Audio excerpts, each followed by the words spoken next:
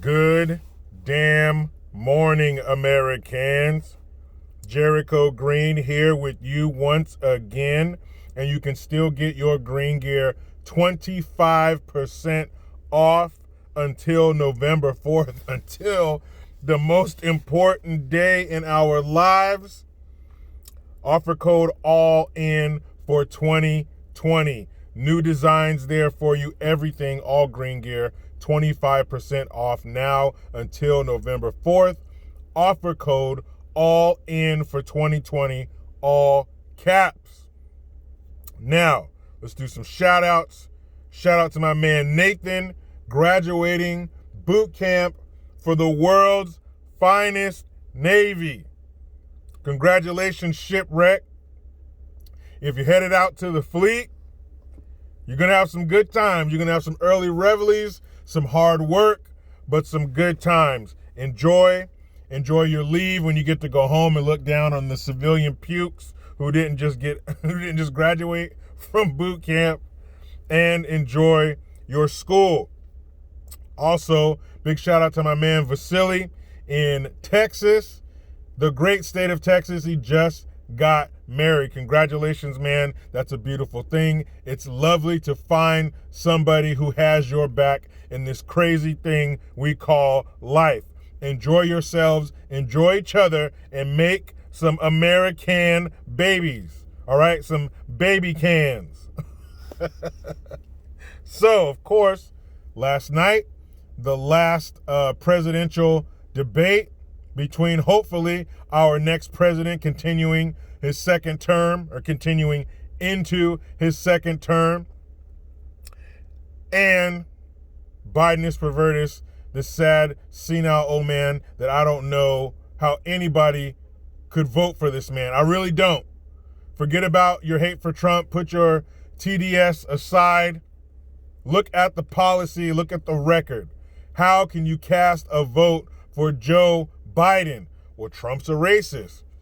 Biden did the eulogy at Robert Byrd's funeral. Who's Robert Byrd? If you don't know, Google it. It will shock you. The countless comments Biden has made about black folks and how we're all the same, and how if you don't vote for him, you're not black, so on and so forth, let alone the endless gaffes, mistakes he's made verbally. Look at his policy, the 94 crime bill. How can you vote for somebody like that? 47 years and jack shit. So last debate was last night. Number one, the moderator was much better. I don't know if Chris Wallace was watching, if he wants to take some notes, if he maybe wants to model his next moderating job after this young lady. She was much better. There was less over talking, as I like to call it. I cannot stand when two people are talking over each other. You can't understand what the fuck the other person is saying. And for someone who's watching the two of you talk, I can't understand what either one of you are saying. And in a situation like this, that's pretty damn important. So, bottom line, Trump gets an A. It was sad to see a senile old man get his ass whooped, but it happened. Trump was on him, especially about him and his son's dealings with China and the Ukraine. He's like, I don't get any money from these countries. That's you, man. He's like, your son got kicked out of the military, didn't have a job. Next thing you know, he's making $183,000 a year doing some shit that he knows nothing about. The money he got from the mayor of Moscow's wife. Trump had him a couple times. I LOL'd. And Biden kept saying how Trump, he has this secret account. They're building a road to some golf course in China for Trump. He's the one who's in bed with China. If Trump is in bed with China, again, like his racism, he's doing a terrible job. He's doing a real bad fucking job at working behind the scenes with China. Because if that's the case, why is he levying all these sanctions and tariffs against China? Whooping China's financial ass. And he's not done. Pence told us in his debate that China is going to pay. China is going to pay for what they did to America and the rest of the world. Now, all these other countries you talk about handle the coronavirus better, and all these countries that are better at doing socialism, and they have free this and that over there, and we should model ourselves after them. When we go knocking at China's door for the money that we lost because we had to shut down our country, the money we gave out in stimulus package checks and bailouts. When we come knocking on their fucking door, you're going to see all those countries that you hold up as these beacons for us to model ourselves after. You're going to see them peeking out behind our coattails. Get them, America. Yeah, you get them, America. You get them. Get your money back. Those same countries are going to be behind us waiting to get their payout from China, because we're going to be the ones that go ask for it, not them. Not the Netherlands and Sweden and all these other Nordic countries you think we should be like. They'll all be standing behind Daddy America, holding our pocket lining, letting us do all the heavy lifting. And we won't need to fire a shot. Just like they fucked us over without firing a shot, we can do the same to them. We are still the biggest, baddest dogs on the block.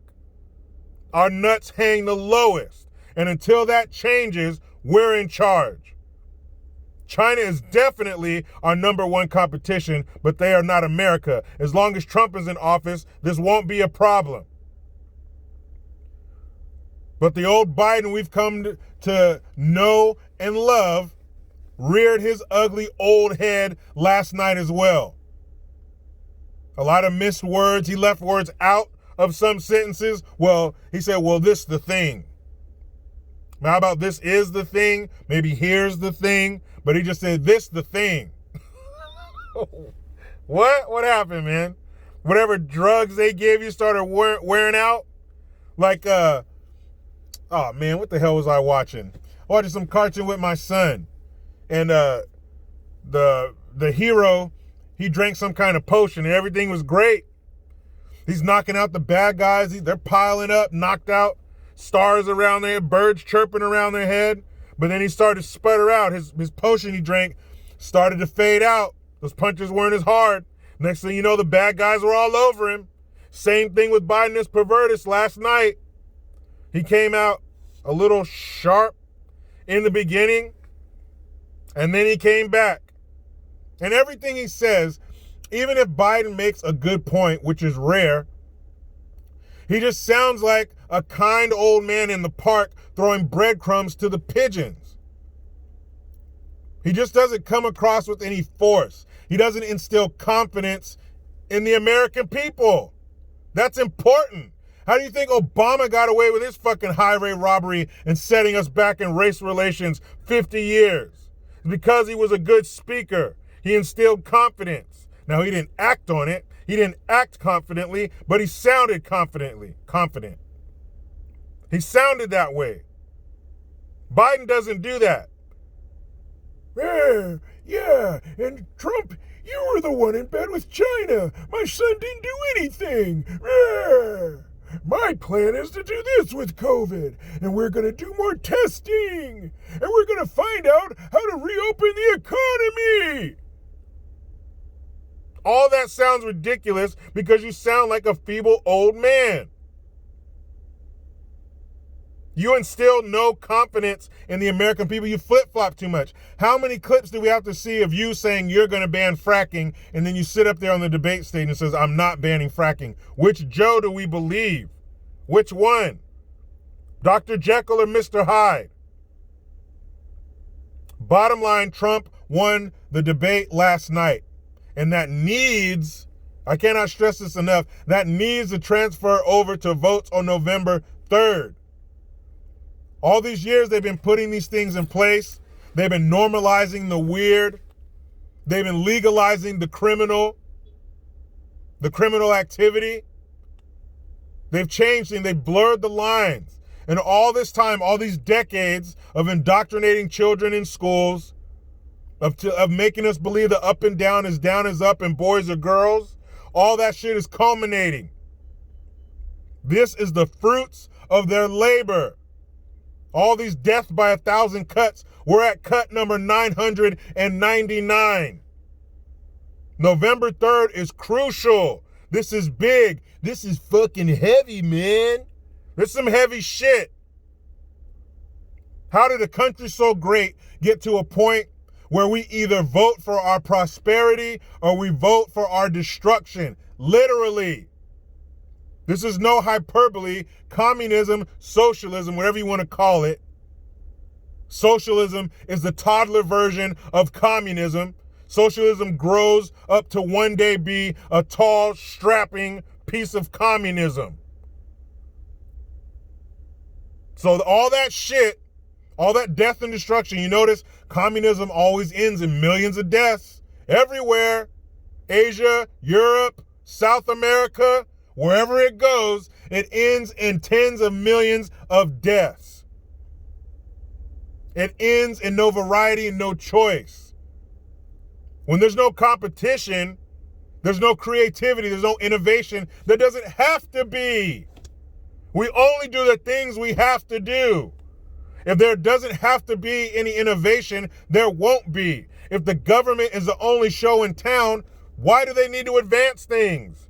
Why do we need more technology? Why do you need any choices? We have it all, from cradle to grave.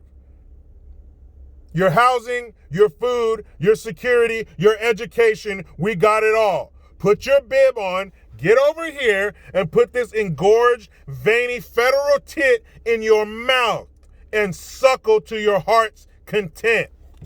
That's what they want. They don't want individuality. They don't want self-reliance and self-responsibility. They will take all that, and you will pay for it. That's what Biden wants. Trump shows he cares about the American people. Forget how you feel about him, how he talks, how he tweets. I don't give a fuck. I'm a grown-up. I got skin like a crocodile. I'm not worried about it. He's not my father. He's not my friend. He's not my wife. I don't need everything from the president. I need policy, and I need myself put above all else. That's what I need from you. The warm, fuzzy feelings, I'll get that elsewhere in my life. President, I need you to protect me and my future. Take as little money as possible in these robberies we call taxes and leave me the fuck alone. Let me have whatever guns I want, however many bullets I want. I'm not going to load up and head down to the mall because I'm not crazy. I'll be all right. I'm better at managing my money and my life than you are. The government getting involved is the kiss of death. Government can't do shit right. It's too big. It's too big to do things right. It has its fingers in its hands in too many fucking cookie jars. And when you can't do more than one thing equally, something is going to suffer. You can't drive and juggle at the same time. You either juggle good and crash, or you pay attention to the road and drop your little red fuzzy balls. That's the way it works. Sorry, I didn't create nature. I just live by the rules. That's what it is. Now, let's end on a good note, shall we? Sudan, come on down. You're the next contestant on Let's Make Peace. And now your host, Donald Trump. That's right. Sudan just declared, or Sudan and Israel just declared peace with each other. They are now inviting Sudan to the negotiation table. They will open up commerce with Sudan. Benjamin Netanyahu said that the skies of Israel are open to the Sudan today. They'll start having flights going back and forth. This will give better access to Africa and South America. As one of the articles I wrote said, this is a good thing. This is the third Muslim country to come to the negotiation table with Israel. That's big. Where will it go? I don't know. But we got to start the journey somewhere. We got to start the negotiations somewhere. Now, if this doesn't get Trump a fifth nomination for the Nobel Peace Prize, I don't know what will.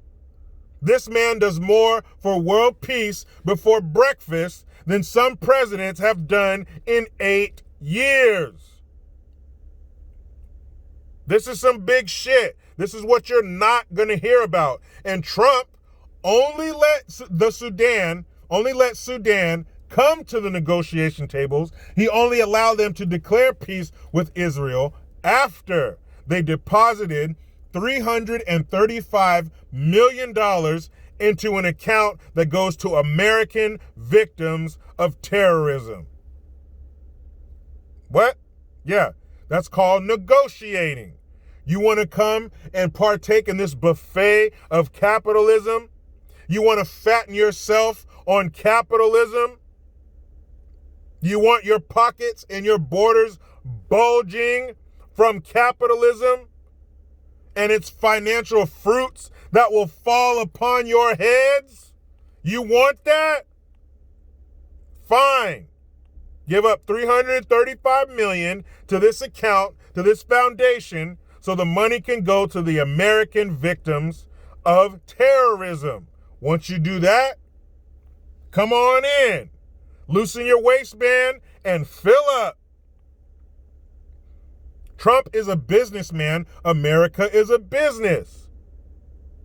He's an objective set of eyes. He didn't have a dog in the fight. His only dog was America, and he wanted to see us win. When Trump got here, we were like one of those dogs you see on the Sarah McLachlan commercial. In the arms of an angel. Right? Where they got the little emaciated dogs. You can see their hip bones and their rib bones shaking in the rain. That was us. Trump brought us in, got us vaccinated, gave us some flea pills and some kibbles. Now look at us. I want to sustain that. I want to keep going down that path. I don't want to go back to the arms of an angel anymore. I don't want to be the disrespected, weak, punk-ass, open wallet fools that we were under Biden and his homeboy. We are the lead dog. We don't look at the world's asshole. You look at ours. Because we're in front. And all Trump is doing is reminding the world of that. Reminding us of that. We pay too much fucking money, and we put too many lives on the line, and we put too many tanks and airplanes around this planet to be shoved around the playground and have our pockets emptied. No. You're going to pay your fair share if you want this. If not, that's fine. You know why? Because America's going to be all right. We don't need you. You need us. Our economy isn't dependent on yours. Yours is dependent on ours. You're watching to see where we go. We don't watch where you go. We're in charge. Remember that, world. That's how it needs to be. We are the greatest nation on this planet, and it's not all about our excess and our McDonald's and blue jeans and sports and our guns. It's not just about that. It's about our generosity and our hearts and our culture. America is a kind country, the most generous country in human history. Since we showed up on this planet, America is the most generous country ever. I've said this before. If there's an earthquake halfway across the world, who's sending food, clothing, support, and cadaver dogs? We are. We're the ones that has your skies filled with Red Cross helicopters and planes in a matter of hours. So if you want that, you need to pay your fair share. We run this. And all Trump is doing is simply reminding the world of that. And it's about time. Speaking of time, I don't have much more of it. So let me get back into my state-mandated meal period. The only good thing California's giving me. But you know how it goes. I try to be done with the left, but they just won't let me. Please subscribe. Hit that notification bell, because every time it rings, a piece of shit liberal cries. Get your Jericho Green notification tone, link in the description box. Utilize the PayPal link and the Teespring link to get your green gear. I am Jericho Green. Man, I'm out.